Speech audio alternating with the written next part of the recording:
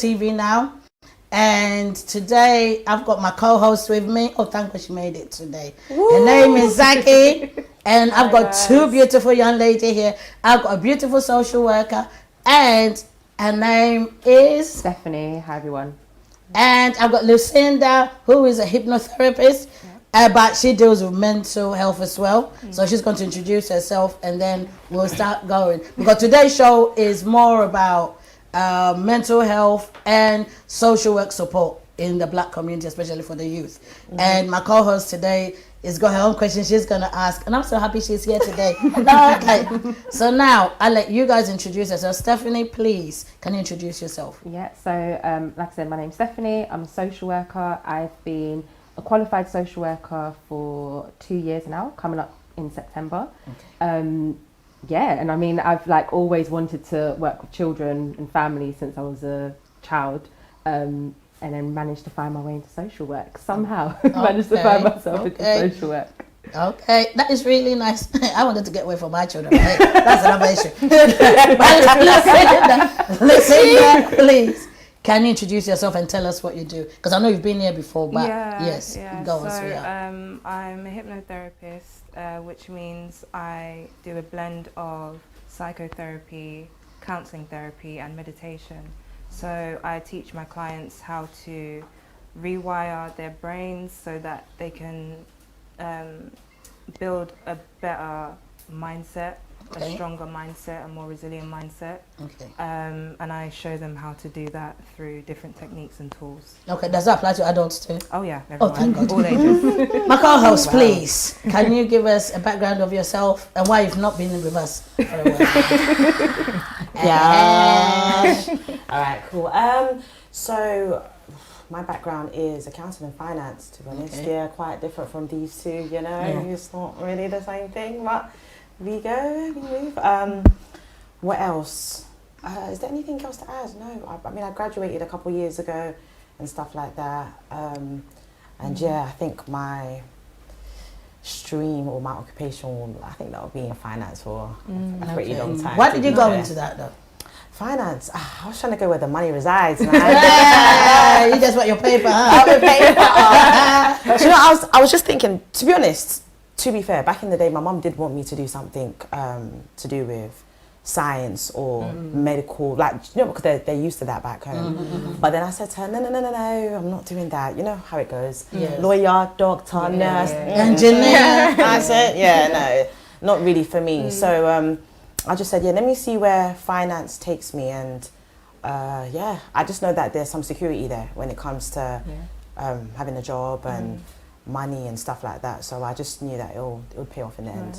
So that's why I kind of stuck with it. And I'm good with numbers. I don't really like science. But I'm better with numbers. It's not easy, you know. It's good. Well, I love that. I'm proud of you. So Stephanie, give us a breakdown of why you went into social work. I know you say you love children and stuff, but it's because you've not had yours, but I just... I'll give you the short version. But basically, so I lived in the Caribbean for a little while. So like I said, I always wanted to work with children and families. I lived in the Caribbean for 5 years. I was there from 13, just came back before I turned 18. So I basically did all of like my school years, essentially like secondary school years there. I mean, the Caribbean, third world countries, there's a lot of safeguarding concerns, and a lot of it is, you know, you just give a bit of money or there's some way to hush it. And you see so many messed up things that were happening, so many things that, and you know, if I could have stayed there, I would have. I would have loved to have done social work there, but I also didn't want, you know, repercussions. Precisely. Because, you know, the career that I'm in is, you know, there are backlashes as well to being in the career. When I came back to London, wanted to get into university, study social work. I was met with loads of barriers. I couldn't do it. I just didn't have experience to do it. I wasn't able to work in Trinidad, so I just didn't have, like, all of my experience was voluntary, and I just couldn't get in. So I then did, I was a carer, so I worked with children with disabilities. I was like in their houses working with them. Basically, I'd be there from like 9 o'clock, let's say, and then 9 o'clock in the evening. So you was there for like the whole day. So you became part of their household and their lifestyle, exactly. Then managed to get into university. somehow, I don't, uni sells you a different picture of what it really is. And I think here the structures work. I think Yeah. comparatively to the third world country, the developing countries, Yeah. the structure here works comparatively Yeah. to the structures in the third world country. Yeah, no, definitely. I mean, I guess that the good thing about like with the career, like I think health and social care anyways is you do placement. So I was somewhat prepared for like what social work would be. And then since then I've been working as a social worker. I've moved around to 2 different local authorities, so I kind of got a bit of a taste of what things are like. I'm hoping to settle where I am now, at least for a few more years. Hopefully work my way up, and then maybe look at the next opportunity. Okay, Lucinda, give us a breakdown. So, yes. so I wanted to study psychology from young. I think I was just always interested in how the mind works, just how people work, because when you're growing up, you don't totally understand how you work as a person. Precisely. Yeah, so along the way, you pick up habits and you pick up behaviors, and then you're in your adult life and you still have these bad habits and you still have these bad behaviors, and it's like until you understand yourself to a certain extent, you can't make certain changes. So I got into psychology. I studied it at A-level, and then at uni I studied law with psychology. Oh wow. And I absolutely hated law. Like I didn't want to study law because it was more practical. Right. Don't tell your parents. Well, there was a little bit of a push there, but I couldn't actually study psychology wholly because I didn't get enough UCAS points and all that stuff. Okay. So I had to take it with something. So I took it with law, and because I hated it so much, it caused me to get really stressed, get really anxious, get really overly anxious to a point where it drove me into depression. So I actually faced depression for maybe about 2-3 years on and off. Was it just because of the law or the... no, just like life stuff happening as well, and then uni, like studying something that you don't have a passion for is hard. Like doing a job that you don't like is hard. So it was just really hard, and then managing my mental health at the same time was really difficult. So it got to a point where I was in my last year. I actually did 4 years instead of 3 because I failed 1 year due to just things happening in my life. It just threw me off course. So I was in my last year. I had my exams to do, and it's like if I don't pass, I'm actually going to be stuck in this uni, and I want to get out. I don't want to be here anymore. So I don't want to go. So it caused me to seek help at that point. So I went to my tutor. She referred me to a counsellor. I had 2 or 3 sessions, and literally it changed my life. Okay. So throughout uni, I didn't actually know the career path I wanted to take. But after seeing a counsellor and everything, and being enlightened and educated about certain things, about how the mind works, how you can make yourself better, it completely changed my life, my perspective, and it inspired me to do what I do now, which is help people get out of those states where they're depressed, where they're anxious, where they have bad habits that they want to stop. When you say bad habits, what would you call a bad habit? It could be something to do with your behavior even. So maybe anytime you're faced with a stressful situation, you get angry, you get overly angry, you get overly anxious, you get agitated, and when you're having these feelings, it's actually causing you stress. Okay. And stress can make you sick. Your doctors tell you try not to stress too much. Of course. Chill a bit, because stress can make you ill. Of course.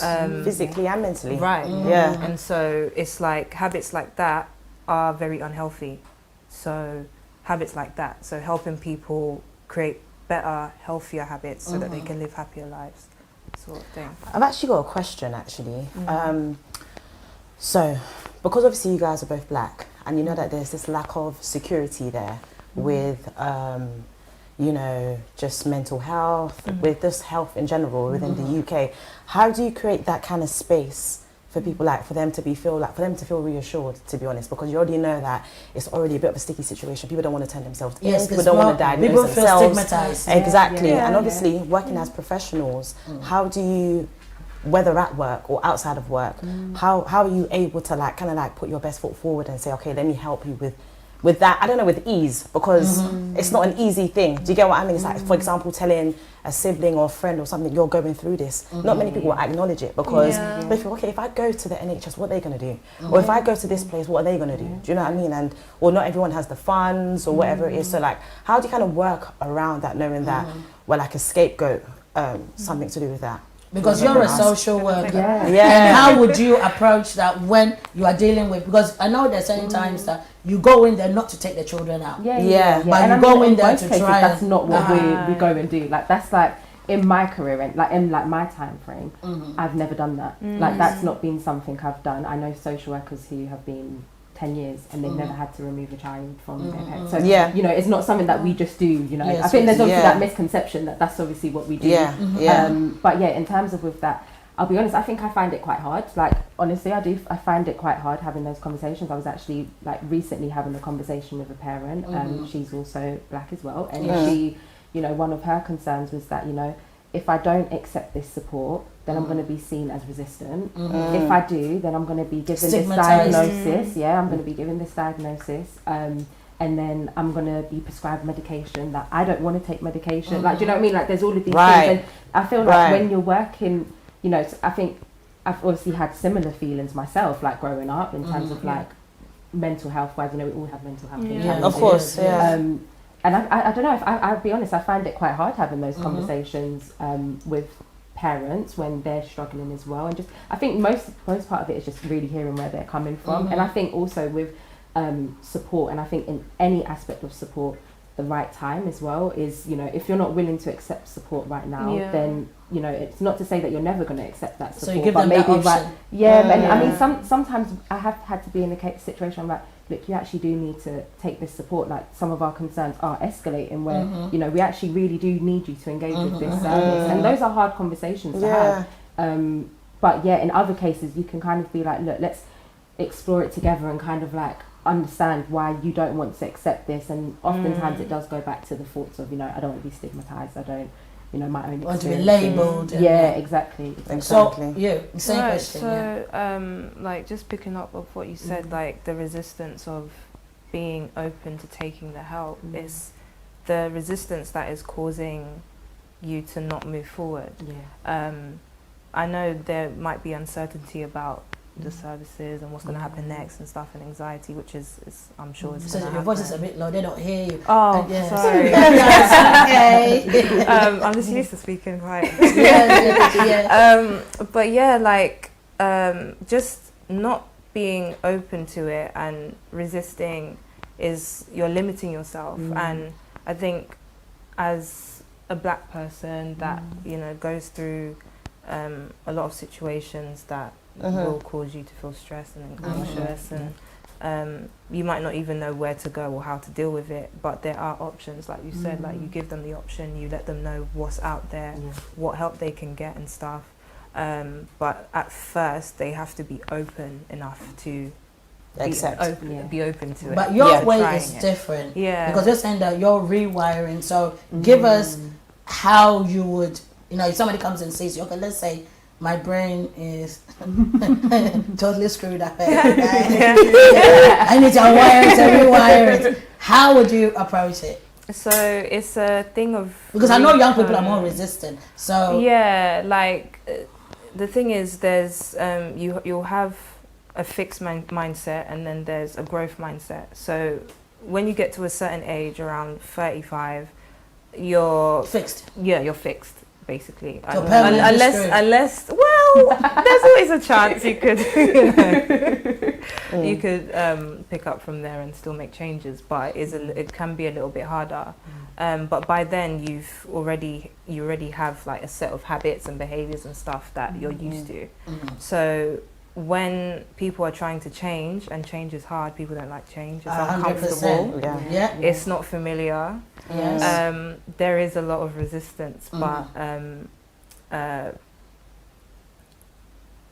so what I do is I actually merge counselling, talking to people with meditation. And what meditation is finding time to just breathe. So if you're in a stressful situation, you're feeling anxious, you're feeling a bit like depressed, or you have a fear, you have a phobia or something that's stopping you from moving forward, you know, you get tense. You Give us an panic. example of. For example, okay, so I'm working with someone at the moment that has a fear of dogs. Okay, I've got a fear of dogs. You do? Yeah. Maybe I can help you with that. Lead us through it now. And she has like dramatic responses when she sees one, you know, in sight. Even if they're not close to her, she can have a panic attack. She can break out in sweats. She can, you know, get really stressed, like very stressed out. And so I've been working with her, teaching her certain exercises that she can do through breathing to just relax her mind. Because when your mind is overactive, your body follows. Yeah. When your mind is calm, your body follows. Yeah. So when you're calm, your body relaxes. You're not as tense. You're not as like agitated. And like I said, stress can cause illness. So the more relaxed you are, the more the more likely you are to not cause yourself harm.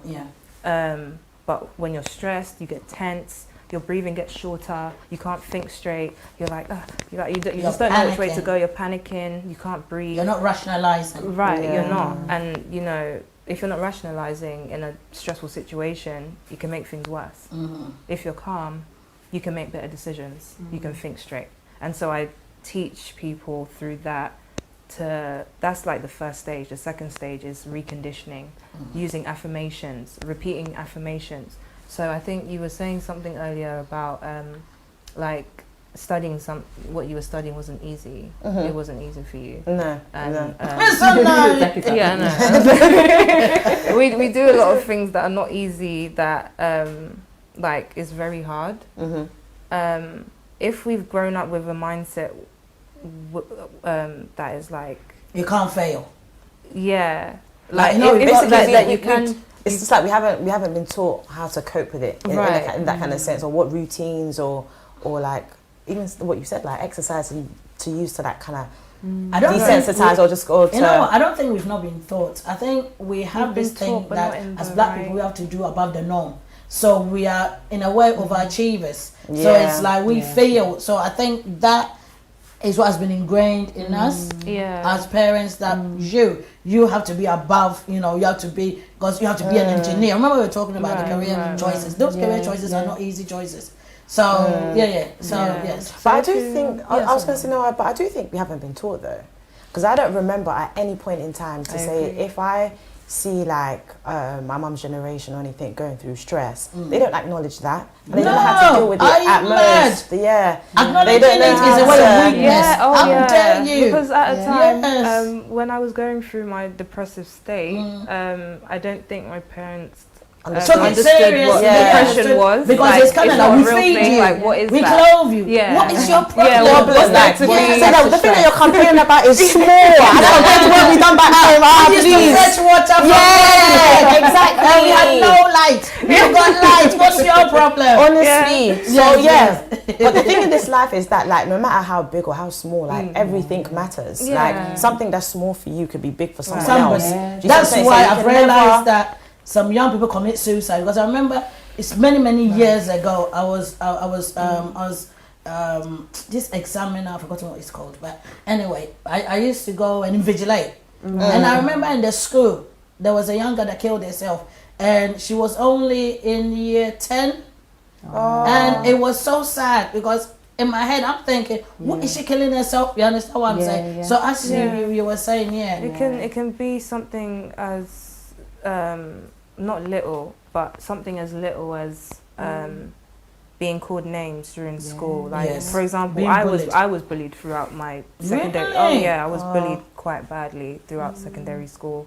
So I had self-esteem issues. I didn't have confidence. I didn't know how to build confidence, and then like I would have people outside of friends like always commenting on how I looked, my weight, and this and that. So I actually carried that mindset like into my adolescence, into my adult life, because I thought, oh, like if everyone's always commenting on how I look, So then I must be look true. abnormal. I must look abnormal My because face that I was just thinking, those people. you know, Yes. because like you keep hearing the same thing, so it's like you start to believe it. It's what they call self-fulfilling prophecy. Yeah, You might not do it on self-fulfilling prophecy, purpose, but subconsciously you're taking yeah. it in. You've taken it in and Yeah. it's locked in. Right, especially if it's something that is quite emotionally hurtful. Yeah. The more hurtful it is, the more like scarring Damaging it is. It yes. stays. That Yes. emotion stays. So anytime they think about that thing or they have thoughts surrounding that thing, It triggers them. it triggers that emotion. And see the way that emotions work, you start having a certain emotion, you start having a certain thought. Is connected to an emotion. So a thought alone can trigger an emotion. Precisely.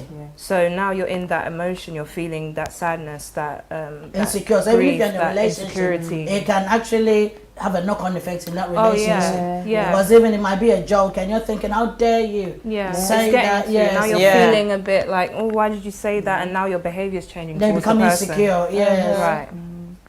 Do you know what? Because obviously you guys, you both have like a deep history Yes, to do yes. with mental health. Like you were brought up in the Nice. third world, Yeah, exactly, where like the experiences there are completely different. Like that's That you have to be round Exactly. to be beautiful. And then you come here.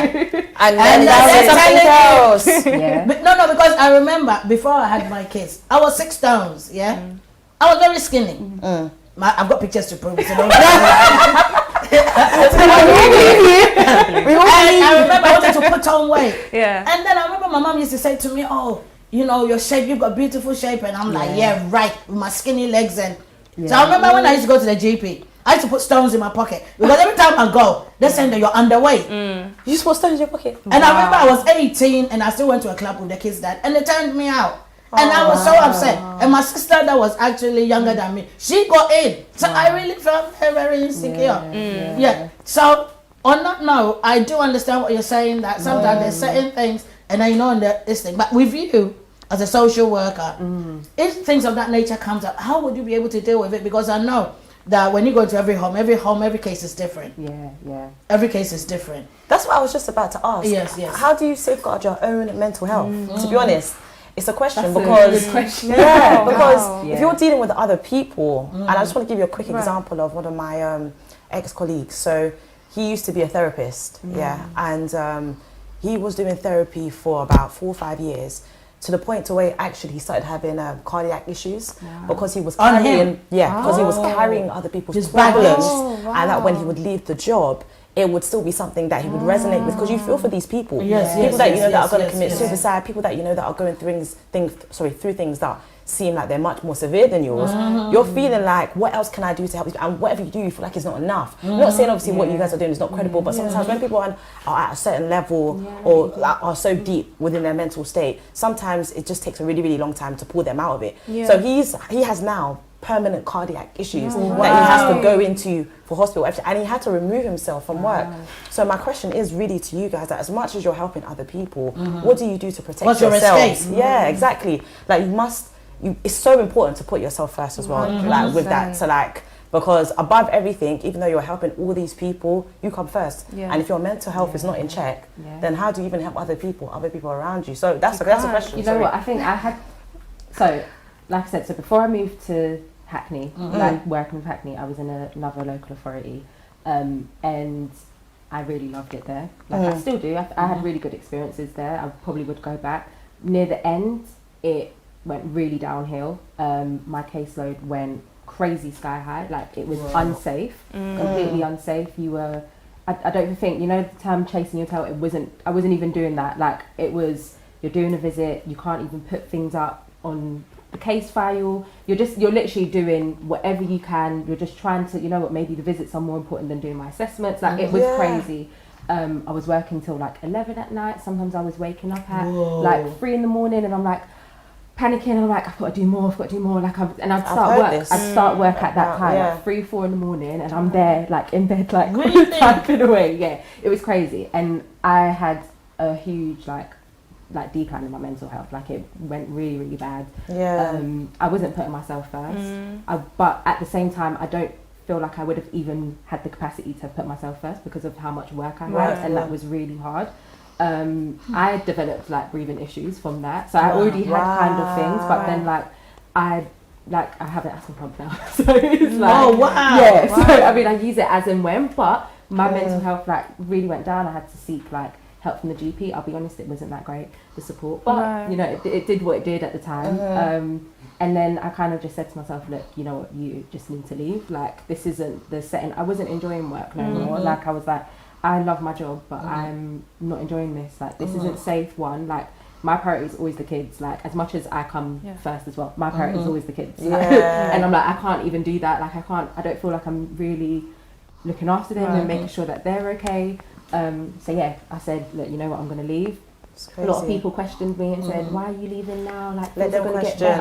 Yeah, and you know what? No, but that was literally it. Though. That was literally it. I feel like even like my management responses in times of like when I was in crisis, I didn't appreciate those responses, and I was like, I need to take care of myself. So now I try to be as boundaried with my time as possible. So sometimes my visits do go after 5 o'clock and I'm out till late, but I try not let that be a pattern, and I'm like, you know what, I start at 9, I finish at 5, unless I need to I will work a bit later, but I'm trying to be more boundaried, and there's going to be times where I can't be as boundaried with time, but I'm like, if you make a pattern from now of being boundaried with your time, then hopefully that will continue 100%. Through. So that's like my main thing, and then I try to just go out as much as possible, live life, just do whatever I can just to help myself really, because you do, like on a Sunday I stress, I'm like, what email am I coming like logging into, what's going to happen, because anything happens on the weekend, and usually the worst things happen on the weekend with your families, and like you get a report and you're like, oh my gosh, like I've got to go out. So I try to be as boundaried with my time. Can you imagine? So important.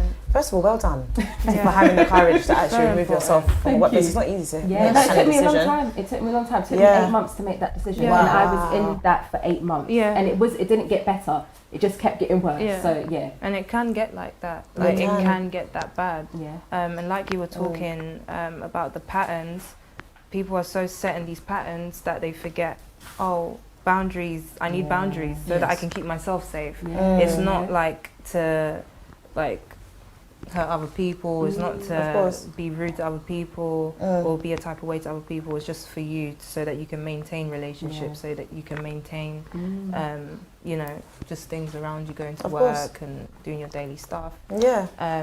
For me, I would say I've definitely had moments, but taking time to just take a step back, like I don't force myself to go to work if I genuinely feel like I cannot go to work. Like I can't even sit with myself right now, let alone go to work, because I'm going through so much. Like it's a lot.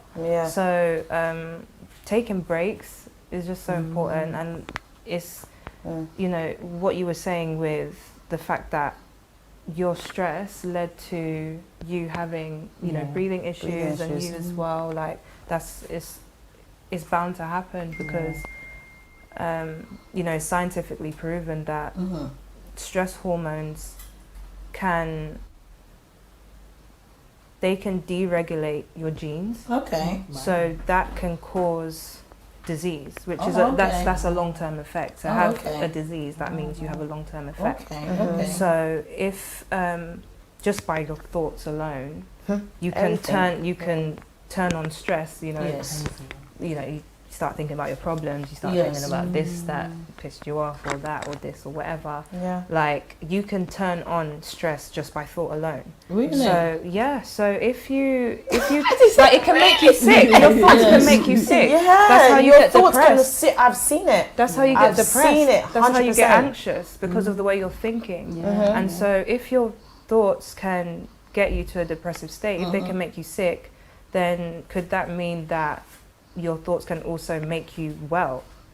Absolutely, yes, they can. And so that's what I that's what I had to adapt for myself. Like I have to change the way I think.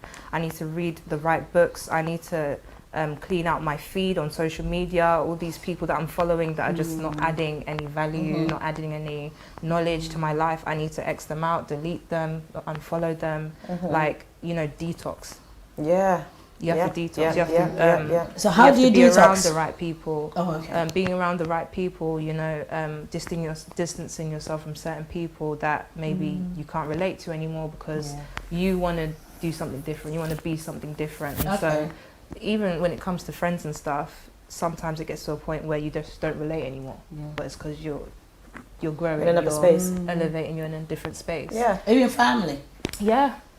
Even family. Yeah. There are people that it just doesn't work. Right, no, because they might have a fixed mindset. Their mindset may be fixed on that particular thing. So there are certain people that maybe you can't go to advice for, you can't talk to, you can't lean on. So when you're in those situations where you are feeling down, you're feeling low, you need to surround yourself around the right people.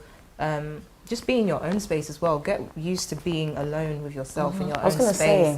Like, ask yourself, you know, like, do I even like myself?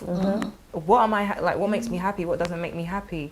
Like, if I was to ask you guys, just throwing it out there, like, if you can name 3 things that you love, what would you list? Music. What do I love? I love being on my own, actually. Okay. No, I know, and I like my bed. Yes. How about you? Yes. Defo my bed. That's definitely one. Being around my family, definitely. Like, I've got a really good relationship with like my cousins and my sister.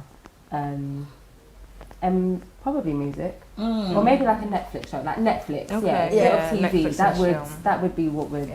Oh yeah, I think I've been watching a show recently, All American. It's really good. I saw that. I saw that on ITV. No, but you know something. I watched it somewhere. I've watched it. It's brilliant. I've watched half of it and then I yeah. stopped. Why? It's good. It's I good. couldn't keep up. I had too many shows to watch. No, but you know, the reason why I liked All American was that it was like you had problems, you owned up to your problems, you still face the consequences, you still had to work hard. You know, I can't really. Yes, it was really good, and it was like relationships. You know, it was really good. I've watched it to the 5th. I might have to catch up with that. Please do. I might have to catch up with that. To be honest. Yes. What about you? Like, what would you list 3 things that you love? Definitely music. Okay. Like you said, being around friends and family. However, sometimes I do like to take my own time out and just completely zone out. Like, no noise, no nothing. I'll probably just be watching a show, eating fat food. I think that I know that sounds a bit crazy, but it satisfies. It satisfies me. But and cheese. I don't know. I'll just be feeling eating some dirty burger whilst watching a good show, thinking, "Oh, this is good." If no one's around, and I'm actually enjoying myself. So those are the 3 things. Right. What about you? So for me, I actually asked that question for a reason. Yeah, but I will answer. I will answer, but I usually ask this question just to I guess to purposely catch people out, but for a good reason, just to like just make them aware of how important it is. So I noticed that no one mentioned themselves. What do you mean? Themselves for what? Like, you love yourself. Like, no, I've not reached that point yet. Self-love? No, I've not reached that point. You haven't reached You that think point so? yet. Why do you think that? No. Maybe we should be flipping the script on you, you know?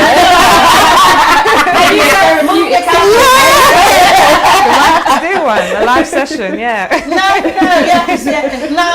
don't think I've got there yet. I don't think I've got there yet. I mean, it's a journey. It's a journey. No, it is. It's not like especially you do when, it and especially then you've reached when your goal like and your then- marriage breaks up and all those stuff. Yeah. You're trying to rebuild yourself. right. You're trying to rebuild yourself, and then, as you said, you've got things that in your head, you know, as you say, you've got things that is stuck in there that you have to clean out. So it's kind of like a closet. Yeah. So, and I think the way that I shut it down is by listening to music. That is why music is the alternate. Right. And now, and that's the reason why I think I do appreciate All American, because I watch a lot of shows. But this All American show has shown me that you don't let your adversities. Yeah. Is it you still change even with the Absolutely. changes? Yeah. You still move on. You know. Yeah, and you can relate to that, and you Yes, can take something from it. Yeah. I just wanted to say, even though you play music to kind of like block it out, do you still like attend to it though? As in like at the forefront of it all, do you still what am I trying to say? Do I What deal am with my looking for? problems? Do you still try and deal with it? Because music is good to kind of like suppress it, No, but then do you still face it? Well, to some extent. there are to some certain extent. things that you can't change. Yeah. There are certain things you can't change. And when I say there are certain things you can't change, it's about my niece Dalvia, when she died, when my mom died. There are certain things that they're there. Even though you think you're past it, you are not. Because I remember recently I went somewhere, and I remember the area that I went, there were kids that were riding a bike. And I remember Dalvia, there was a holiday that they all went, and in that area they were all riding bikes. And I remember that's how Dalvia twisted her ankle. And I found myself, Dalvia died 2020 during COVID time, March. And I remember my eyes were tearing up, and I was wondering, why am I crying? And then I remembered that my niece was doing that. So you see, there are things, or sometimes I go somewhere, I see somebody and their mom. You can trigger. Yes, or sometimes I go out, I see somebody and their family. Yeah. And then I remember my kids and their... So there are things actually say that trigger. So when I say I'm still working on it, and I didn't really have a good relationship with that. So all those stuff, it's like, so it's like I'm working on it. I see. Yeah, and see, you so will I'm forever working be on it. working on it, whether whether you're healed, whether you're not healed. Yes, like it's a never-ending journey. That's you're it. Even like you can say that you are You healing, can lie and say that. or you're healed. Yes. But there's always going to be work There's to be triggers, done. yes. There's always going to be work to be done. So, And you so will get Stephanie, what do you triggered, think? yeah. Oh, sorry. The reason why I say that is I don't want everybody to be quiet. Because everybody seems to be picking up on me. I mean, you know, I don't know. I think for like myself, in terms of you saying like, I know I'm still working on that myself. I think you're right in saying that it's a work in progress. Yeah, even me.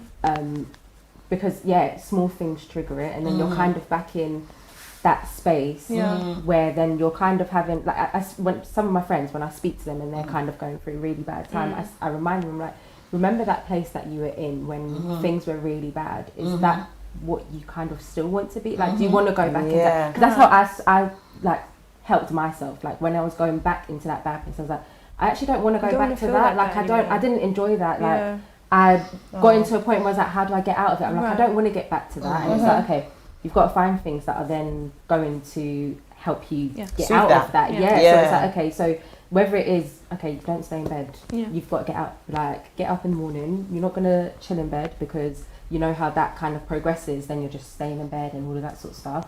So trying to get out of it. That's like how I'm trying to. You're your get there. own But cheerleader. You have but then to you cheer have the yourself periods on. of time where it's like little by little. things are stressful, and anything stresses it. I always find that for myself that like it could be something that's really small. So it could be that I'm stressed about finances, but suddenly I'm thinking about work stress. Oh, the world Everything is caving else. in. Like everything As you else said, is horrible. as you Like, said, there becomes like a knock-on effect. and it does. And then suddenly I'm no longer stressing about finances. I'm stressing about something that happened ages ago. And I'm two or like, three other why things. I'm like, why am I stressing about all of these things? I wasn't stressed about it before. But that's I'm working on it. That's what I say. No, it's good. It's good. And keep doing that. I think even me as a therapist, I'm still working on it as well. Like I still have my days where I'm completely down, but knowing how to get myself out of it, having that knowledge, is important. You know, knowledge is power.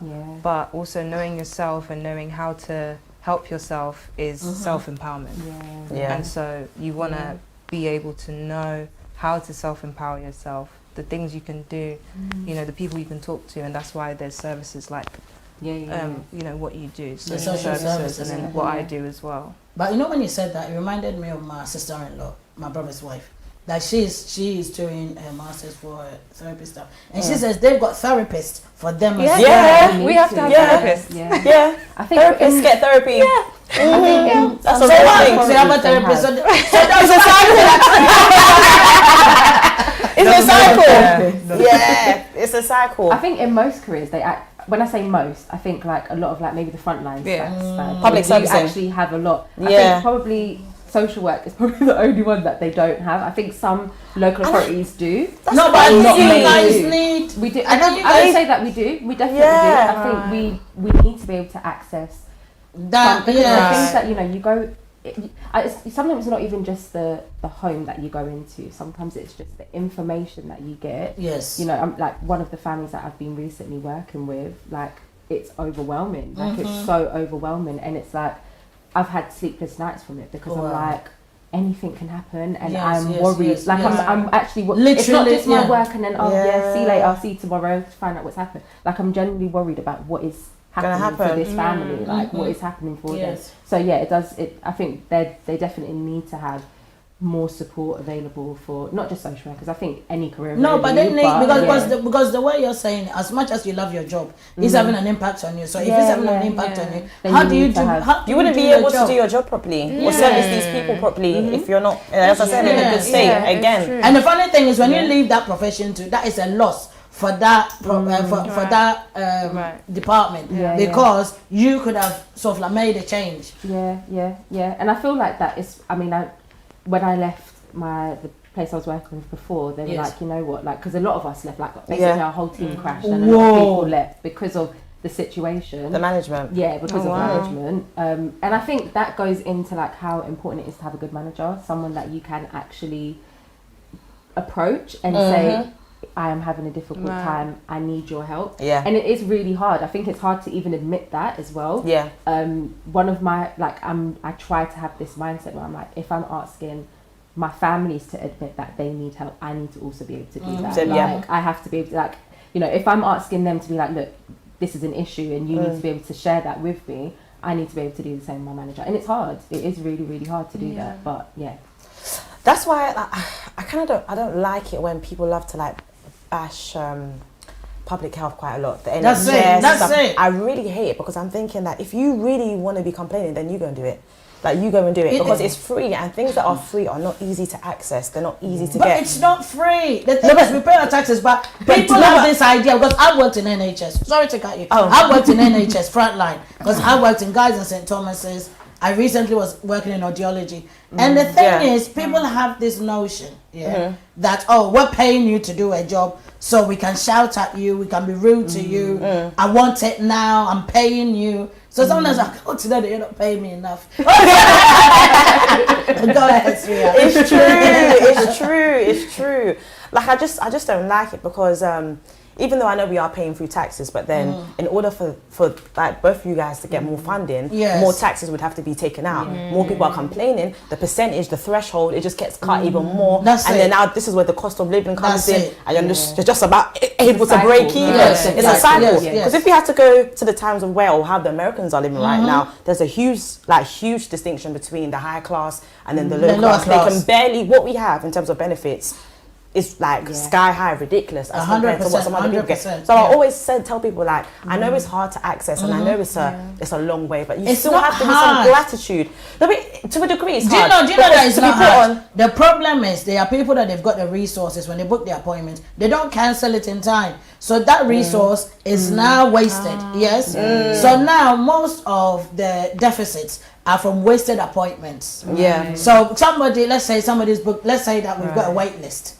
We've got a wait list of 12 weeks. Now somebody's waited 12 weeks, and instead of them to turn up, they don't even change, they don't call and change it. And let's say the appointment is £50. The interpreter is £50. Whether the person turns up or not, that £100 is gone. It's true. And someone else could have had that slot 100%. if you didn't turn up, or if you would have let them know way in advance, exactly, so that someone else can replace that. That's what's. But when things are, when you don't have to pay for things, that's where people abuse it. You don't really have to, where money's not coming out of your pocket. Of course, people will be abusing it. Do you see what I mean? Because you don't see that side of it. Because one thing the NHS have done was they've started this department called talking therapy. And talking therapy, that's what I accessed. And that when the wait list is astronomical. And when people come in, because I work in NHS, I used to work in audiology, so they were next to where I was. You see that people come in and there's all this overflow. And the funny thing is, you have to be very, very careful. Because you've got therapists, as you say, you got practicing therapists that they're coming to talk in therapy. So they're not fully qualified. So they just come in there. And then you've got the qualified ones. And they too have got their own private clinics. Yeah. So sometimes if you realize the resource, because if I'm going to, because we've got doctors that they've got private staff, that I'm going to get, let's say 100 quid for me doing a private session. And I'm going to, you're coming in and NHS is paying me £10 an hour. Where am I going to go? I'm going to always find a way to go to the private sector. 100%. Yeah. You know, I want to add on that because I think in terms of that, so like with the children I work with, there's a service called CAMS, and a lot of our young people are wanting to access that, and they really need to access some sort of therapeutic support to kind of deal with what they're going through. But the waiting list is 2 years. Oh, wow. On the waiting list is 2 years. What? Whoa. And unless it unless somehow you can manage to escalate it to, you know, for them to receive the support, the waiting list is 2 years for them to access That's that support. insane. There's this long list. They don't have the funding, so you know there's people that are leaving the service, and then a lot of local authorities do have in-house clinicians, but then again there's a waiting list because there's not enough clinicians. So we have like in-house therapeutic support that young people can access, but you have to meet a certain criteria. Sometimes it's that you don't meet that, it's above the threshold, so you need to go to CAMS, but then you're waiting 2 years to access support from And then a within that service. 2 years, anything can happen. Yeah. Because Of course. because I mean, even 2 weeks is even too long. Yeah. 2 weeks. Yeah. Some people. A week. No, seriously. Because when I say 2 weeks is even too long, because there are people that, let's say the relationship broke up, they think it's the end of the world. Yeah. People that are getting abused at home. You Domestic understand? They've got abuse, nobody to talk to. They've got child domestic abuse, yeah. abuse, child abuse, Yeah. all that stuff. So the thing is, so what's the way forward?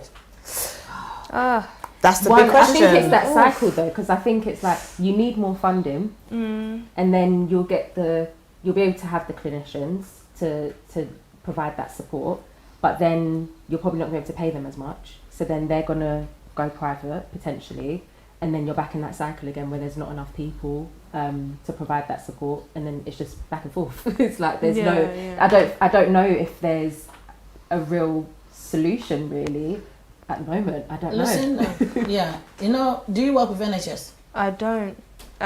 They recognise hypnotherapy as like a helpful tool to help people that are going through stuff, but they don't recognise it as a profession that matches what a psychiatrist matches or matches what a psychologist matches. So even if I did want that post, which is a post that I was actually looking to go for, because I do want to put my services out there. With me, there aren't really any wait lists and stuff, so I have these advantages. But because they don't see me on that level, I'm not getting that spot, that space to give out the knowledge that people, these kids need, or like take them through what they're going through mentally, emotionally, talk them through it, educate them on it. I don't get that space to do that, so I have my own practice where I'm helping people privately. How much is that? It's about 60 a session, but I also give a free taster with that, a free taster session, so that they know what it's like, what they're getting into before they sign up for it. And then I give them a free session on top of that as well. So that's kind of how I work, but it's like I'm having to build from the bottom up. It's really unfortunate though, because it's like your skills Because I want to, could really be Very beneficial. Yeah. So, Yeah. you know, so the thing is, how do you feel if you're going to be pushed, you know, because now that you're talking about this 2-year camp thing, Wow. it's not viable. That's not How would she fit into the narrative if there was a way that, because she hasn't got a wait list, and I know £60 to NHS, they say they don't have funding, comparatively to somebody trying to commit suicide, Right. somebody, Yeah. how would that work? Because that would be really... I mean, I don't know how the I mean, obviously, I don't know what the NHS's NHS, yeah. actions would be. I mean, I think we would always want like support Right, in like yeah. in Yes. in-house. If we could have more in-house clinicians, I Right. think we would always want want that. I don't know their procedures in terms of that, and I think it probably would be very similar to, it's like you've kind of probably got to match a certain criteria of what they or have want. a This master's is what you need. Oh, you need to have a this. master's. Some have said, like I approached University of Ghana actually when I was out there. Sorry. Yeah, no, actually. Seriously? Yeah. Oh, sorry. Because I feel like. Oh, seriously? Yeah. Okay. I'm so serious. And it was funny because it is really funny how things work out, because I did speak to people in the sector. There were people that there was someone that was open to the services for their students, because they know that they need that addition to their team. But then, you know, they passed me on to someone else, and they weren't too sure about it. So that opportunity was gone. I said, you know what, it's fine. Now, what about it's this cool. country? Well, no, here I'm still doing my thing. I'm still... No, but what I'm saying is, what are the NHS? You know what I'm saying? Yeah. You know, NHS, sometimes they have these, have a certain... they have a certain resource whereby they say that if you can sort of like diminish an overflow of a waitlist and stuff, you know, isn't there any way you can fit into that? Yeah. I was even going to say, council, actually. Like council services, so not even the NHS. Right. But because council, they used to have like community centres and other like extracurricular stuff. If that is something that could help people as a collective, it doesn't have to be one-to-one. If you would have a group session that could go, you could just about get the money that, you know, that people are paying individually as collective through one session in one hit. Do you get what I mean? So maybe not through NHS directly, but you can still target the community by maybe and sometimes by starting from there, then you get more recognized. The council definitely need help. You can funding as well. Same. You can sort of like do a feedback, you know, what's it called? You can do stats on progress. Yeah. And Which then is that what I do alone with would be my like a clients. case study So for you actually. Because with this Ghana thing is really funny, isn't it? No, the reason why I say it's funny is my cousin is a neurologist, in America. Okay? And he went to Ghana and they told him that he had to start again. Oh, wow. And he's been, it doesn't have, I just say that there's people like,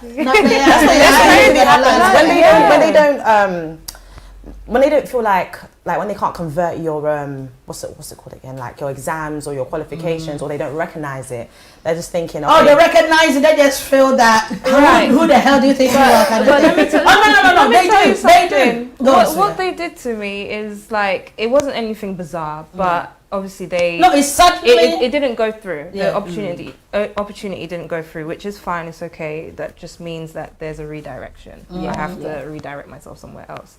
So I actually put out an ad on Instagram to raise awareness about what I do, how I help people, and I set the location to Ghana and the UK. The first time I set it, actually went just to Ghana. So I actually started getting direct messages from like people in Ghana, and but that's not what they're asking you for. No, they're asking for money. Well, they're asking you that. Do you have a boyfriend? No. Okay, so it doesn't matter. Wait. So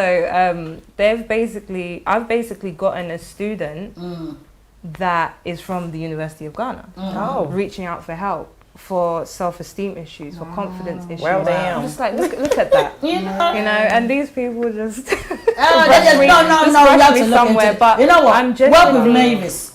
Right. Phone Mavis, because she's doing a lot of charity stuff.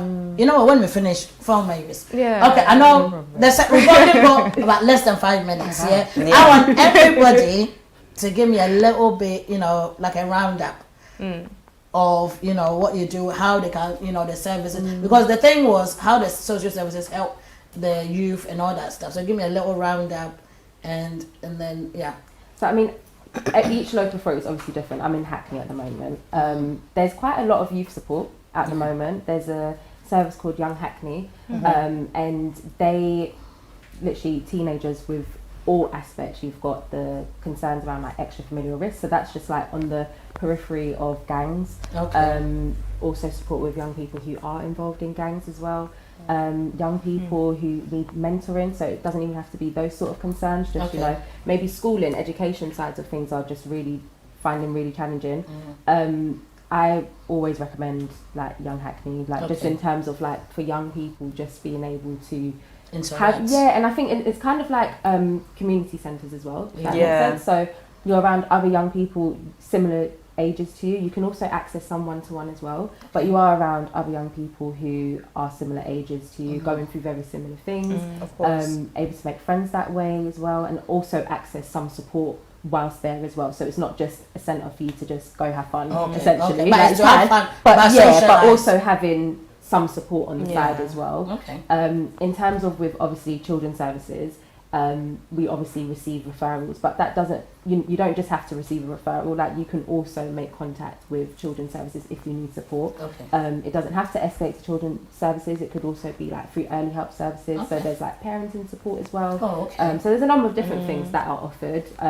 When we get referrals, it's about looking at how can we support you and your family. It's not just about, you know, these are just the concerns. You've got to really look at the bigger picture. You know, sometimes this is the concern, but there's 1,000 other things that are happening that have led to that. So it's really understanding what's going on. What's going on for the family. Okay. So yeah, that's basically what we would do. Okay. Lucinda? Well, basically, I give out services that help people Rewire.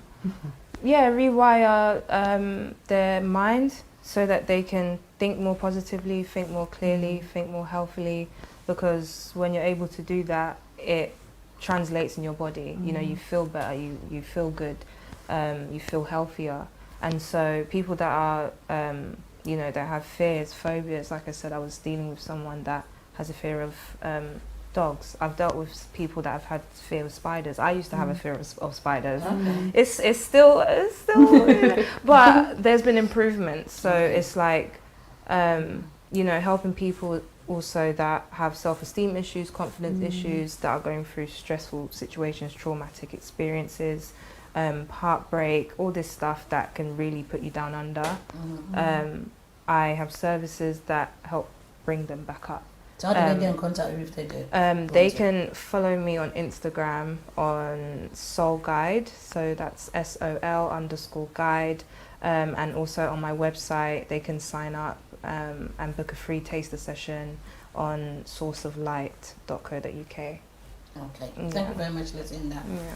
And you've got a football tournament coming in September. I know you're going to be in 2 weeks, but yes, go on. This yes. is my co-host. Yeah, exactly. Yes, so I host football matches for charity, actually for mental health, mainly for men, just because I feel like they've got a space, but then I feel like they also stress enough that they don't have a space as well. And I feel like it's a very good outlet. Physically, all guys, majority of the time, talk about is football anyway. Yes. It's a healthy way to interact and socialise and stuff like that. So I really do want to target getting a lot of boys from about 14, because I feel like if you catch them when they're very young, there's some discipline there. Exactly. Whilst they're still young, whilst they're still vulnerable, there's some discipline there, and it creates some sense of structure. So that's something that I do. If you want to find out more about it, you can follow me at Zaki Christina, so Zakie Christina. You can just drop me a DM and I can let you know when the next match is. Other than that, I could just say, like, the internet is your best friend. There's a lot of free advice, free sessions on Eventbrite, Facebook. There's so many, like there's loads of communities out there that are willing to help one another. I think it's just a lack of information when it comes to stuff like this. So definitely try your best to just have a look where you can.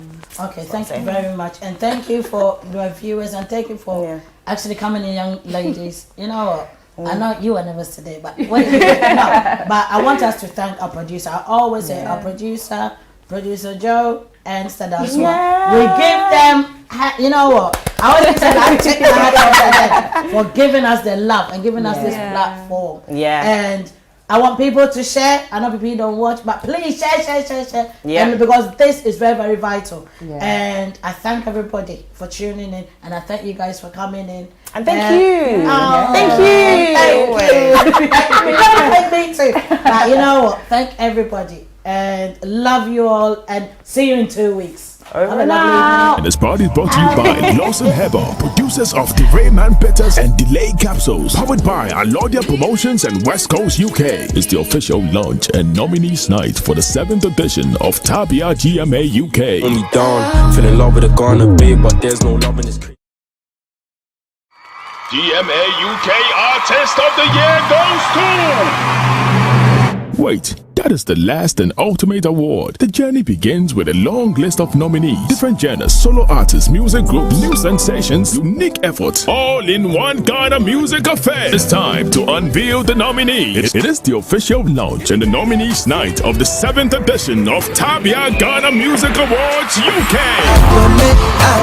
Lights, camera, action, and there you have it. Red carpet is gonna be amazing. It's happening on Friday, 4th August 2023. Venue, Labadi Beach Hotel, Omanya Hall. Time is 7 p.m. sharp. The launch and nominees night of GMA UK 2023. For special VIP reservations, call Media partners, Omega TV UK, sponsors, Tabia Company Limited, producers of Tabiata Cool and Jacka 4 Bitters, Antonko Bitters, Labadi Beach Hotel, Mem Life Records, Remit's Choice Money Transfer, TSF Lightning. This event is proudly brought to you by Lawson Heber, producers of the Rayman Bitters and Delay Capsules, powered by Alodia Promotions and West Coast UK. It's the official launch and nominees night for the 7th edition of Tabia GMA UK. Hold me down, fell in love with a Ghana babe, but there's no love in this. GMA UK Artist of the Year goes to... Wait, that is the last and ultimate award. The journey begins with a long list of nominees, different genres, solo artists, music groups, new sensations, unique efforts, all in one Ghana music affair. It's time to unveil the nominees. It is the official launch and the nominees night of the 7th edition of Tabia Ghana Music Awards UK. Lights, camera, action, and there you have it. Red carpet is gonna be amazing. It's happening on Friday, 4th August 2023. Venue, Labadi Beach Hotel, Omanya Hall. Time is 7 p.m. sharp. The launch and nominees night of GMA UK 2023. For special VIP reservations, call Media partners, Omega TV UK, sponsors, Tabia Company Limited, producers of Tabiata Cool and Jacka 4 Bitters, Antonko Bitters, Labadi Beach Hotel, Mem Life Records, Remit's Choice Money Transfer, TSF Lightning. This event is proudly brought to you by Lawson Heber, producers of the Rayman Bitters and Delay Capsules, powered by Alodia Promotions and West Coast UK. It's the official launch and nominees night for the 7th edition of Tabia GMA UK. Hold me down, fell in love with a Ghana babe, but there's no love in this. GMA UK Artist of the Year goes to... Wait, that is the last and ultimate award. The journey begins with a long list of nominees, different genres, solo artists, music groups, new sensations, unique efforts, all in one Ghana music affair. It's time to unveil the nominees. It is the official launch and the nominees night of the 7th edition of Tabia Ghana Music Awards UK. Lights, camera, action, and there you have it. Red carpet is gonna be amazing. It's happening on Friday, 4th August 2023. Venue, Labadi Beach Hotel, Omanya Hall. Time is 7 p.m. sharp. The launch and nominees night of GMA UK 2023. For special VIP reservations, call Media partners, Omega TV UK, sponsors, Tabia Company Limited, producers of Tabiata Cool and Jacka 4 Bitters, Antonko Bitters, Labadi Beach Hotel, Mem Life Records, Remit's Choice Money Transfer, TSF Lightning. This event is proudly brought to you by Lawson Heber, producers of the Rayman Bitters and Delay Capsules, powered by Alodia Promotions and West Coast UK. It's the official launch and nominees night for the 7th edition of Tabia GMA UK. Hold me down, fell in love with a Ghana babe, but there's no love in this. GMA UK Artist of the Year goes to... Wait, that is the last and ultimate award. The journey begins with a long list of nominees, different genres, solo artists, music groups, new sensations, unique efforts, all in one Ghana music affair. It's time to unveil the nominees. It is the official launch and the nominees night of the 7th edition of Tabia Ghana Music Awards UK. Lights, camera, action, and there you have it. Red carpet is gonna be amazing. It's happening on Friday, 4th August 2023. Venue, Labadi Beach Hotel, Omanya Hall. Time is 7 p.m. sharp. The launch and nominees night of GMA UK 2023. For special VIP reservations, call how we do. Media partners: Omega TV UK, sponsors Tabia Company Limited, producers of Tabiata Cool and Jacka 4 Bitters, Antonko Bitters, Labadi Beach Hotel, Mem Life Records, Remit's Choice Money Transfer, TSF Lightning. This event is proudly brought to you by Lawson Heber, producers of the Rayman Bitters and Delay Capsules, powered by Alodia Promotions and West Coast UK. It's the official launch and nominees night for the 7th edition of Tabia GMA UK. Hold me down, fell in love with a Ghana babe, but there's no love in this. GMA UK Artist of the Year goes to... Wait, that is the last and ultimate award. The journey begins with a long list of nominees. Different genres, solo artists, music groups, new sensations, unique efforts, all in one Ghana music affair. It's time to unveil the nominees. It is the official launch and the nominees night of the 7th edition of Tabia Ghana Music Awards UK. Lights, camera, action, and there you have it. Red carpet is gonna be amazing. It's happening on Friday, 4th August 2023. Venue, Labadi Beach Hotel, Omanye Hall. Time is 7 p.m. sharp. The launch and nominees night of GMA UK 2023. For special VIP reservations, call media partners: Omega TV UK, sponsors Tabia Company Limited, producers of Tabiata Cool and Jacka 4 Bitters, Antonko Bitters, Labadi Beach Hotel, Mem Life Records, Remit's Choice Money Transfer, TSF Lightning. This event is proudly brought to you by Lawson Heber, producers of the Rayman Bitters and Delay Capsules, powered by Alodia Promotions and West Coast UK. It's the official launch and nominees night for the 7th edition of Tabia GMA UK. Hold me down, fell in love with a Ghana babe, but there's no love in this. GMA UK Artist of the Year goes to... Wait, that is the last and ultimate award. The journey begins with a long list of nominees. Different genres, solo artists, music groups, new sensations, unique efforts, all in one Ghana music affair. It's time to unveil the nominees. It is the official launch and the nominees night of the 7th edition of Tabia Ghana Music Awards UK.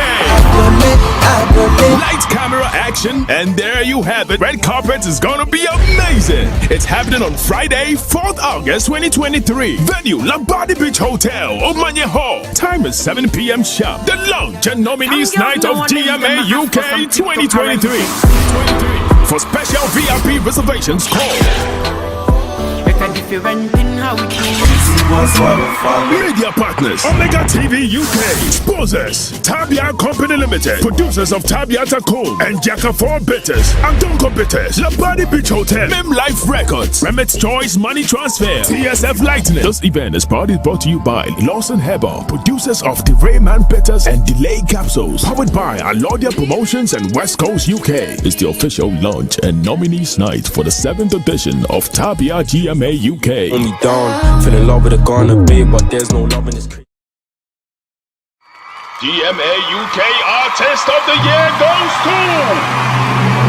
to... Wait, that is the last and ultimate award. The journey begins with a long list of nominees. Different genres, solo artists, music groups, new sensations, unique efforts, all in one Ghana music affair. It's time to unveil the nominees. It is the official launch and the nominees night of the 7th edition of Tabia Ghana Music Awards UK.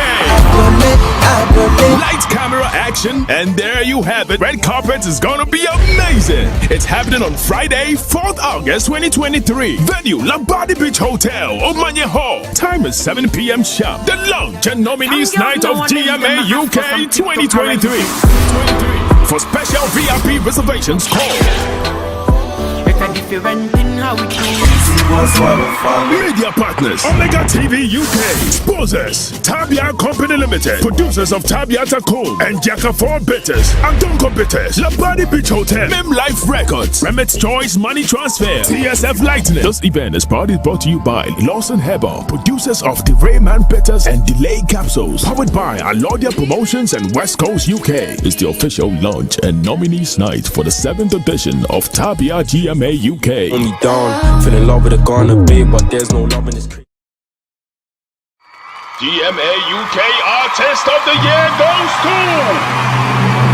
to... Wait, that is the last and ultimate award. The journey begins with a long list of nominees, different genres, solo artists, music groups, new sensations, unique efforts, all in one Ghana music affair. It's time to unveil the nominees. It is the official launch and the nominees night of the 7th edition of Tabia Ghana Music Awards UK.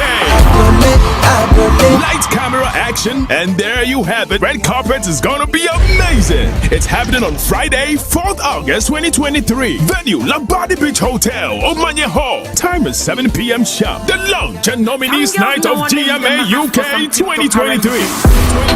For special VIP reservations, call. Media partners, Omega TV UK. Sponsors, Tabia Company Limited. Producers of Tabiata Cool and Jacka 4 Bitters. Anton Competers, Labadi Beach Hotel, Mem Life Records, Remit's Choice Money Transfer, TSF Lightning. This event is proudly brought to you by Lawson Heber, producers of the Rayman Bitters and Delay Capsules. Powered by Alodia Promotions and West Coast UK. It's the official launch and nominees night for the 7th edition of Tabia GMA UK. Hold me down, fell in love with a Ghana babe, but there's no love in this. GMA UK Artist of the Year goes to... Wait, that is the last and ultimate award. The journey begins with a long list of nominees, different genres, solo artists, music groups, new sensations, unique efforts, all in one Ghana music affair. It's time to unveil the nominees. It is the official launch and the nominees night of the 7th edition of Tabia Ghana Music Awards UK. Lights, camera, action, and there you have it. Red carpet is gonna be amazing. It's happening on Friday,